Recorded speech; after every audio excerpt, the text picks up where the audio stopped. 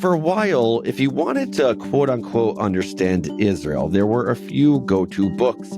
Myths and Facts. Remember that one? Probably not, but I definitely do. Classic Hasbara 101. Hasbara meaning like explaining or maybe propaganda, but not necessarily in a bad way, not in a nefarious way, but, Hasbara, explaining something. It came out in the early 90s with the goal of setting the record straight. Here are the myths. Here are the facts. Here's what they say negatively about Israel. Then here's the response. Boom. Now you're ready to win your dorm room argument. You got this. Then about 10 years later, Alan Dershowitz wrote The Case for Israel, and later The Case for Peace, and then The Case Against Israel's Enemies. That era was all about showing one side very clearly, making your case, proving the other side wrong. And by the way, then books emerged, The Case for Palestine. And then later on, there were YouTube videos called The Truth about the West Bank. And then the counter YouTube video, which was The Real Truth about the West Bank. And listen, I get it. It made sense in a world where people thought truth could be bullet pointed and also just like shoved into your head if you knew the thing. But here's the thing. When you throw out and you throw around words like myth and fact and the case for or the case about or the truth about, it can make the entire conversation feel like a courtroom drama. Us versus them, right versus wrong, black and white. It's a form of litigation in many ways. But litigation is for the courtroom, education is for the classroom. And that cuts in all ways, by the way. If you've been listening for a while, you know litigation is not my style. Yes, my grandfather probably wanted me to be a lawyer, and I still remember when I was in second grade and he sat me in the Inbal Hotel, which was then known as the La Rome Hotel, telling me I was going to be a great lawyer, New York style, not just in Baltimore, but New York. I became an educator, though, not a litigator. Sorry, Saba. So I try for that not to be my style, not to be a litigator, but to be an educator. When I'm at my best, I know that that is just not how history or identity really works. The truth is way messier. Myths aren't necessarily lies. Facts aren't always simple. And the case is rarely closed. So in this two-part episode of Unpacking Israeli History, we're doing something different. We're not trying to win the argument. We're trying to understand the story. We're going to take some of the big myths, the ones that helped build Israeli society, and examine them. And maybe myths not just that built Israeli society, but also myths that the broader world thought about and thinks about. And we want to break them apart, question them, unpack them, if you will, and ask, in the wake of the 7th of October, do these stories still hold up? Have they changed? Have we? Some of these myths are empowering, some are dangerous. Most are a little bit of both. Now, I want to make something clear. When I say myth, I don't mean a lie. Myths aren't necessarily false. They're framing devices. They're the stories we tell to make sense of a complicated world, to give chaos some shape. A myth might simplify things, sure, but it also reveals what a society wants to believe about itself, its fears, its hopes, its identity. But I'm not doing this alone. Today, I am joined by my friend, journalist and analyst, and host of the excellent podcast, Ask Haviv Anything, Haviv Rettig Gur. Someone who understands that stories are never just stories. They're how nations survive and sometimes how they break. Haviv, thanks for coming onto the show. I'm really looking forward to this. Noam, it's such an honor to be here. I love what you do. I love unpacking Israeli history. Let's do this. Let's go. Okay. Thank you, Haviv.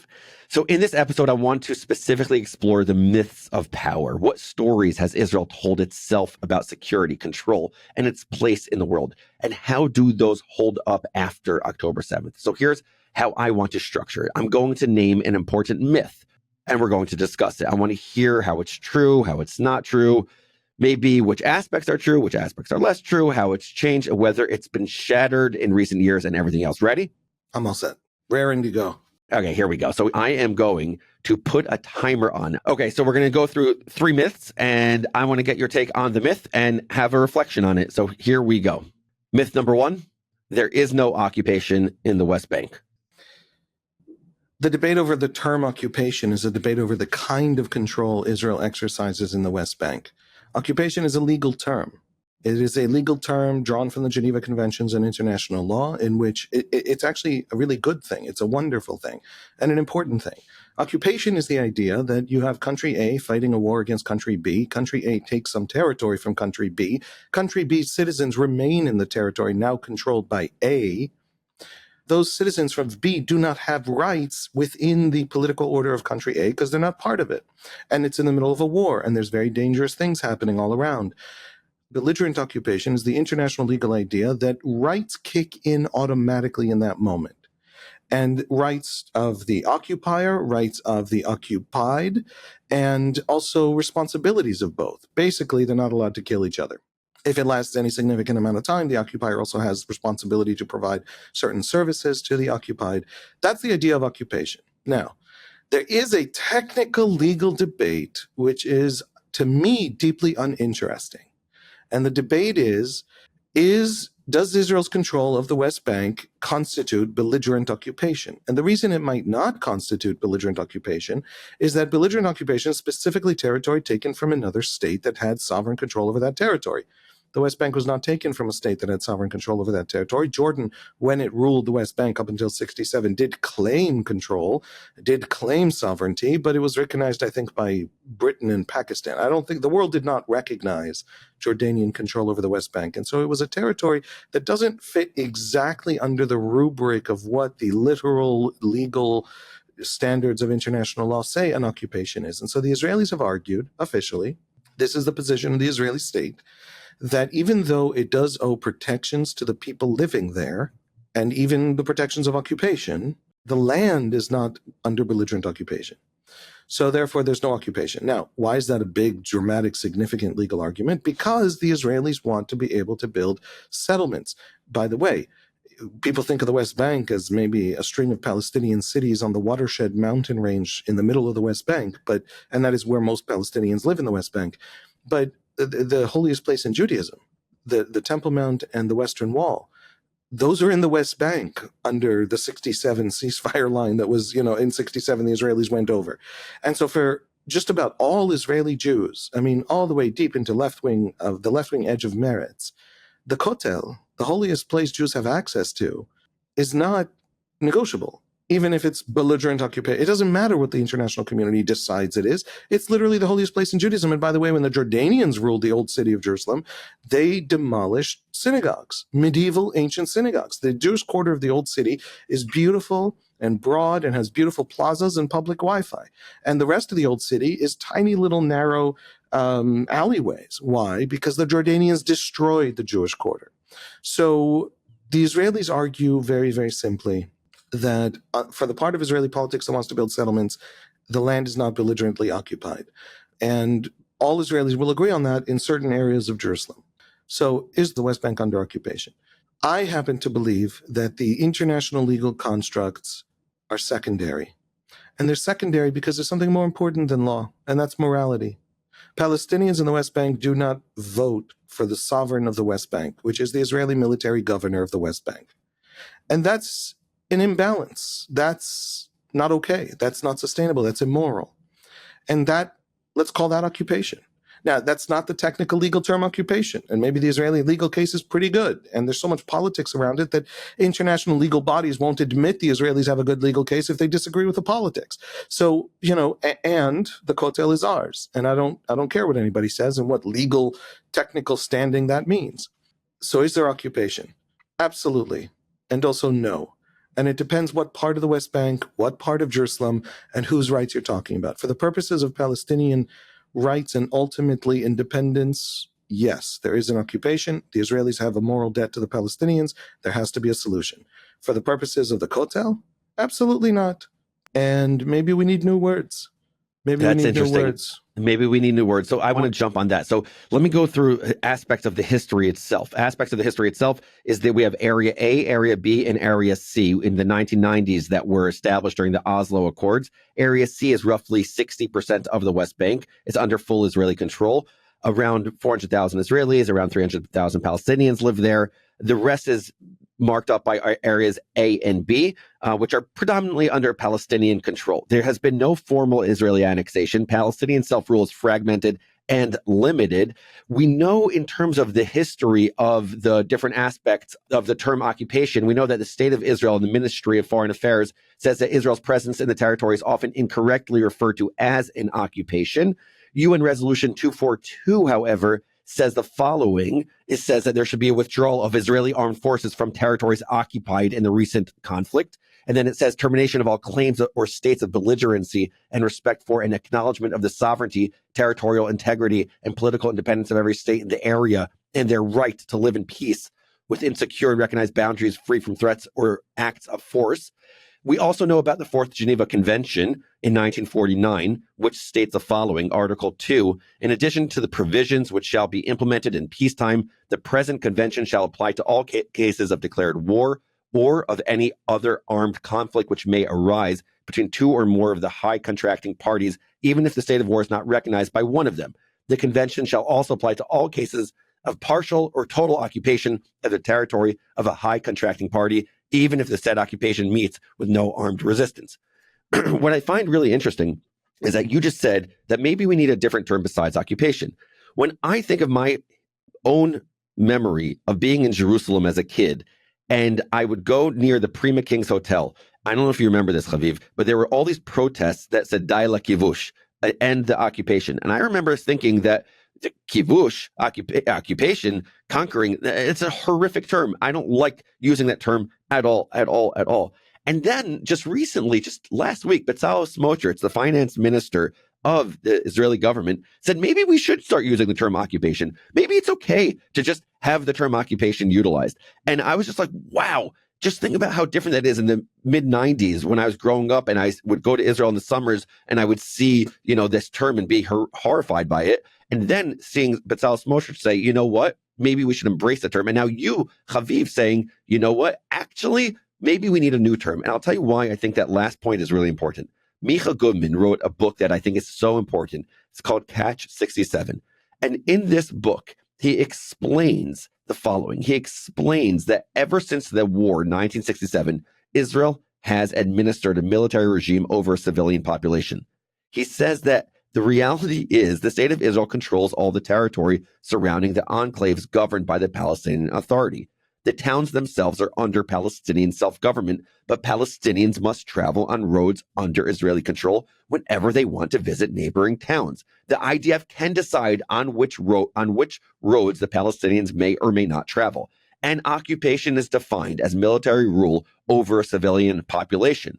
But the IDF is not in the territories only to rule over another civilian population. It is also there to protect its own civilian population. And so therefore he concludes the following.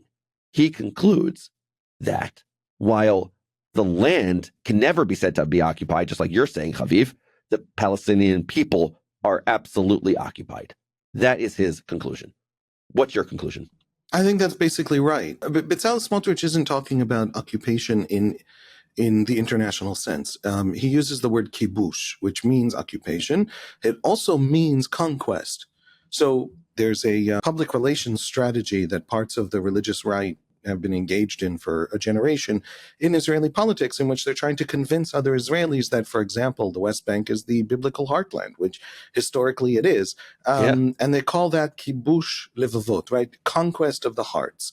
Kibush is, could be used romantically, and it could be used as a reference to a space program that wants to put people on the moon. So when Bezalel Smotrich says we have to be willing to use the word kibush, what he means is we have to be willing to just say it's okay to take territory. It's okay to take territory. The inadmissibility of territory in war is in the modern international sort of legal framework.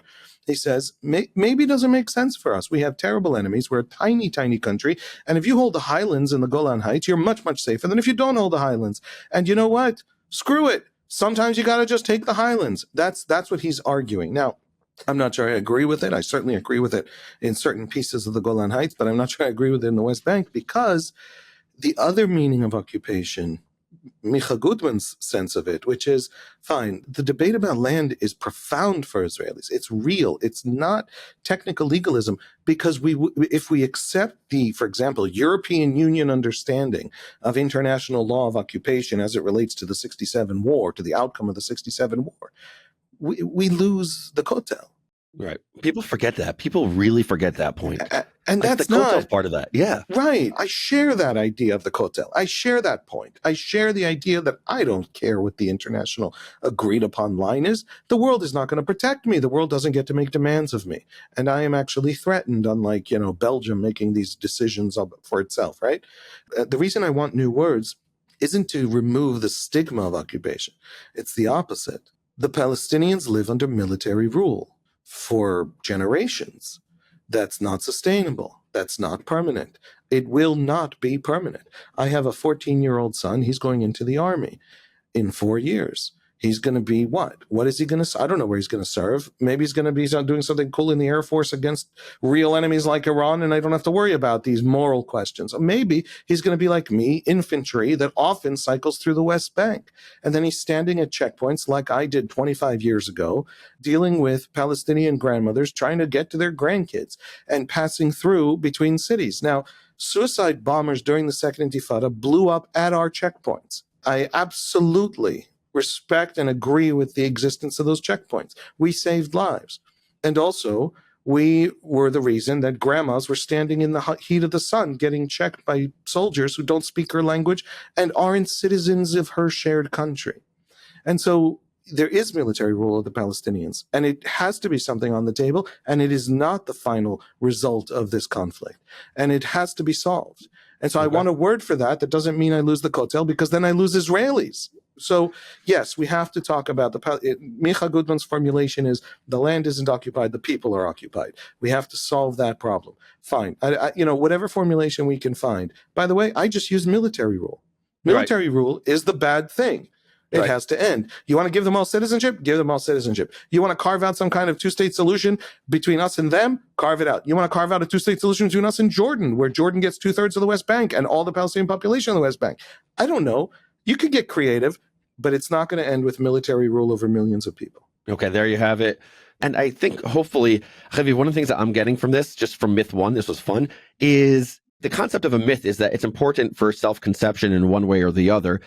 And to hear us, I think, just me reflecting on this with you is like, we're allowed to make things that are complex actually complex. And if you simplify the complex, it's a problem. And if you complexify the simple, it's a problem. It's actually complex. And that's what we just did. We were 2 minutes over myth number one, maybe 3 minutes, but we did a good job. I'm actually kind of proud of us. Me too. Good. So let's do 4 minutes under the next one. We can do this. I believe in us. Okay. Okay, fine. Ready? Here we go. Myth number two. Myth number two is the following. Kind of builds on this question of the West Bank and what you said about the suicide bombings in a way. Myth number two is Yigal Amir ended the peace process by assassinating Yitzhak Rabin. That's the myth. Wait, before you tell me your thoughts on the myth, I have a great nerd corner alert. Bling! You ready for this, Haviv? No Googling. Who is the last Jewish person that was assassinated for political motivations before Yitzhak Rabin in Israel? Bernadette? Oh, no, he's not a Jewish. Less Jewish politically motivated person killed by, let's say, even another Jew. I mean, it's not Gedalia. Gedalia is a great example. You're going back 2,500 years. Mad respect on that. And caused, but I still fast on his behalf. So we should probably do something Kastner. Oh, interesting answer. He wasn't like at the highest level. Kastner, by the way, shout out to our Kastner trial episode. Can I tell you what I think is the answer? Yeah. Chaim Arlosarov, 1933. That's the closest to the Rabin assassination. Yeah. Okay, by the way, we have to do an episode on the Arlosarov assassination and the whole story of the Havara. We're going to do a whole episode on it because it's just so important. Okay, but Haviv, myth. Yigal Amir ended the peace process. What are your thoughts? Absolutely not. For one thing, the peace process was already stumbling. At the time, Rabin himself was very, very concerned with it. His last speech in the Knesset, people can Google it and watch it live. Probably, I'm sure, somewhere on the YouTubes, there's, with English subtitles. There was real concern that Yasser Arafat, the sort of Algerian-style anti-colonial terrorist, the leopard did not change his spots and was, saying things in Arabic that were opposite of what he was saying in English. And Rabin was very concerned. And So, the peace process wasn't so healthy when Rabin was assassinated. The left was losing in the polls. The left was actually not set to win the next election. Rabin's assassination bumped the left polling numbers tremendously. It actually had suddenly a martyr, and it looked like the religious right was more a stumbling block than Arafat to peace. And so the left actually rallied because of that assassination. A series of suicide bombings in the months leading up to the 96 election, right after the Rabin assassination, lost the left that election by the narrowest margin in the history of an Israeli election, by 30,000 votes. Netanyahu beat Peres, but it was very close, and every single poll had Peres win. And so that's A. B, Netanyahu actually implemented the agreement. Yeah, exactly. Almost everything Rabin had actually committed to. He pulled out of Jericho, he pulled out of Hebron, he pulled out of the cities and towns of Gaza. And he actually signed the 98 Y River Memorandum, which was the last thing Palestinians and Israelis have signed, right? That's Netanyahu. Yeah. C, in 99, Barak wins an election as head of labor and is more explicit about Palestinian statehood than Rabin ever was. That's right. So far, we're in full agreement. Okay, keep going. This is interesting. D, and this is the end of it. In 2006, after Sharon's disengagement from Gaza, which was a right-wing attempt to return large parts of the Israeli political right. Okay, don't tell anybody. This is just us. This is just our secret. Large parts of the Israeli political right in the 90s and in the early 2000s secretly had wished the left had succeeded and ended the occupation and ended the control and separated from the Palestinians. And how do I know that? Because when the left crashes and burns in the Second Intifada and those 140 suicide bombings that shattered the left, and it still has not recovered today, then the right built out an idea called unilateral withdrawal. What if we can pull out, end the occupation, end military rule over the Palestinians without actually signing a deal with an Arafat who can't sign a deal, without actually waiting for them to not be dysfunctional and radicalized? What if we can do that? Sharon's disengagement from Gaza at the time was popular. Today, of course, it's not, but at the time it was popular. And after Sharon does that in 2005, Olmert comes into the story as the number two Likud. Sharon leading the right-wing Likud party pulled us out of Gaza. Just to clarify what I'm saying, the right tried to separate. Sharon also pulled 4 little settlements out of the northern West Bank at the time. And then Olmert came in after Sharon had his terrible stroke, and he's headed into the 2006 election. And Olmert announces something that he would come to call his convergence plan, which is a withdrawal from the West Bank. Olmert wins an election in 2006 after telling the Israelis he's planning a pullout from the West Bank. So not only did Yigal Amir not crash the peace process, Rabin's assassination gave the peace process another 10 years of life. That is a hot take right there, Haviv Rettig Gur. And I am not even going to comment on it, especially because of the fact that I forgot to press the timer button. So I have no idea if we even got through 10 minutes there or not. So that is on me totally. I don't think it was even 5. Let's just call that a win. By the way, but I like it's a hot take. It just historically, let's remember that between 1994 and 1996, Hamas conducted 10 major suicide bombings that killed over 250 Israelis. Rabin delayed the implementation of Oslo to do the political and public unrest that existed. And everything you're saying, I think, lines up pretty well. The only thing that I want to add, notwithstanding was that I said I wouldn't add anything, I want to read to you a line from Rabbi Aaron Lichtenstein, who was the former head of the yeshiva, actually in Gush Etzion, which is in the West Bank, which is in Judea and Samaria. And this is what he said after this happened. He said, naturally, the shame should be felt by our camp, the national religious camp, more than any other. Here was a man who grew up in the best of our institutions. A day before the murder, he could have been cited as a shining example of success and achievement and a source of communal pride. Coming from a deprived background, he studied in a yeshiva high school, attended a great yeshivat Hesder, which is a military yeshiva kind of. They do both military and they study Torah, and was accepted to the most prestigious division of Bar Ilan University. Today, we hide behind the phrases, a wild weed, from the outskirts of our society. But if a day before the murder, we would have said proudly, see what we have produced, we must say it now as well. See what we have produced. It is indefensible that one who is willing to take credit when the sun is shining should shrug off responsibility when it begins to rain. So I do not know I do agree with you, Haviv, that Yigal Amir did not end the peace process. And I also think that what Rabbi Lichtenstein said is really important for us to remember that we do make a big impact with our educational system, with our educational approach. And anything that led to Yigal Amir doing that educationally needs to be purged from the educational system. Do you agree with me on that or no? Yes. I actually think that religious Zionism has less responsibility for Amir than even Rav Lichtenstein, the great teacher and scholar and leader of religious Zionism in his day, thought. Yigal Amir told us over the years why he did it. He wanted, Rabin was elected in 1992 and did not literally say, I'm going with Arafat to a peace process. And Amir said, I wanted a referendum on Oslo.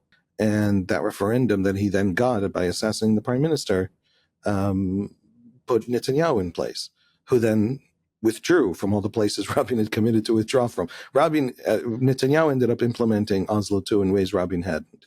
But then we had another referendum in 99 and another one in 2006, referendum meaning election. And the Israeli public did want separation. And so I don't think religious Zionism is at fault for that. Okay. If anything, he was on the far right edges of a kind of fascistic, non-democratic politics that it's possible to sit in a religious Zionist yeshiva and have other political views. And so anyway, I don't blame them. You don't blame them. Okay. Yeah, but if you produce this student and he comes from your yeshiva, you should be worried about that. And I think the rabbi was right to say those things. Okay, good. Okay, so there we have two different myths that we've explored, the complications of these myths, and I want to do a third myth with you right now. Okay. Third myth is the following. It's a tough one. The IDF, the Israel Defense Force, is going to protect Israeli citizens no matter what. And let me read to you the mission of the IDF. The mission of the IDF is every ground, aerial, and naval operational activity and exercise we conduct is first and foremost carried out for the sake of defending the state of Israel and its civilians. We face terrorist organizations like Hamas, Hezbollah, and Islamic Jihad, all of which pose a regional and international threat.